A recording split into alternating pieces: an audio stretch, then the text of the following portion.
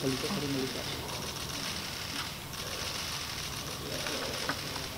Pak.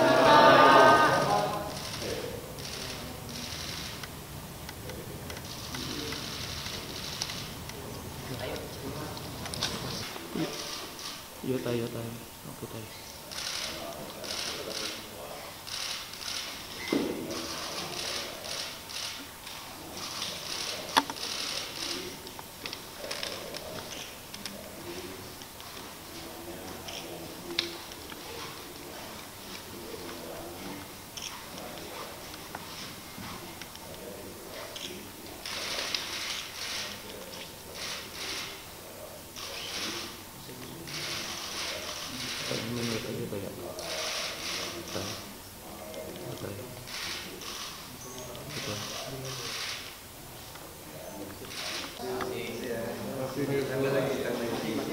Bisa nggak tayo?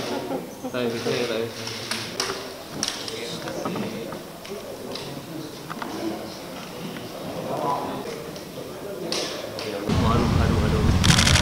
Naikin Bang Fadli. Cek. Bang Fadli naikin.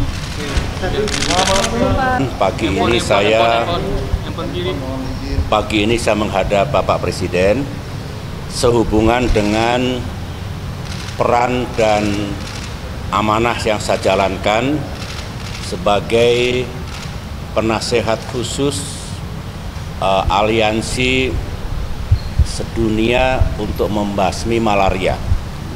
Saya mendapatkan amanah untuk menjadi special advisor di Asia Pasifik.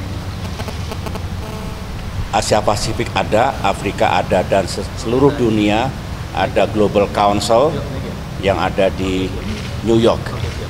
Nah, saya melapor pada Pak Jokowi, dan ini etika politik, karena siapapun yang mendapatkan peran di dunia internasional, apalagi saya mantan presiden, wajib untuk menyampaikan kepada presiden yang sedang mengemban tugas. Saya sampaikan kepada Pak Jokowi, tugas ini penting dan saya terima karena memang ada kewajiban internasional untuk segera mengenyahkan malaria dari muka bumi. Karena kalau tidak akan makin menjadi-jadi. Kita kena COVID-19 yang luar biasa kemarin, pandemi itu. Nah, kita tidak ingin masih ada malaria yang belum bisa diatasi di seluruh dunia. Di Indonesia sendiri, utamanya Papua, sedikit Nusa Tenggara Timur, sedikit Maluku, dan sedikit lagi di Kalimantan Timur. Saya sampaikan bahwa Indonesia juga punya kepentingan untuk menurunkan angka penyakit malaria di negeri kita, dan saya juga punya komitmen untuk Asia Pasifik. Saya pamit tadi untuk berangkat ke New York selama sekitar 1 minggu untuk membahas ini. Dan tentu saya juga akan melapor kepada Pak Prabowo, Presiden terpilih, karena tahun depan akan ada summit di Indonesia yang tentu yang memimpin Pak Prabowo nanti sebagai Presiden tahun depan dan seterusnya. Begitu yang saya sampaikan, terima kasih. Respon dari Presiden terkait dengan tadi Pak yang disampaikan Pak SBY. Tadi selain yang disampaikan oleh beliau Bapak SBY, kita juga sepakat Pak SBY dan saya untuk memberikan dukungan penuh pada pemerintah baru di bawah kepemimpinan Pak Prabowo Subianto. Saya rasa itu. Ya. Tadi ada bahas politik itu Pak. Ini tadi ada Pak SBY. Terima kasih. Soal politik Pak. Kebijakannya seperti apa Pak? Halo Pak, bentar gak masuk.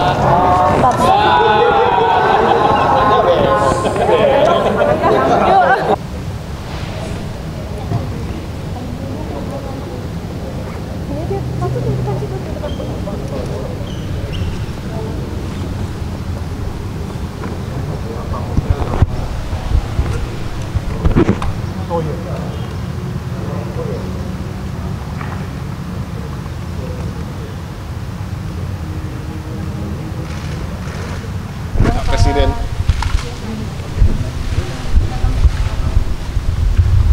soal pilot Susi Air yang akhirnya setelah 19 bulan ini bebas, Pak.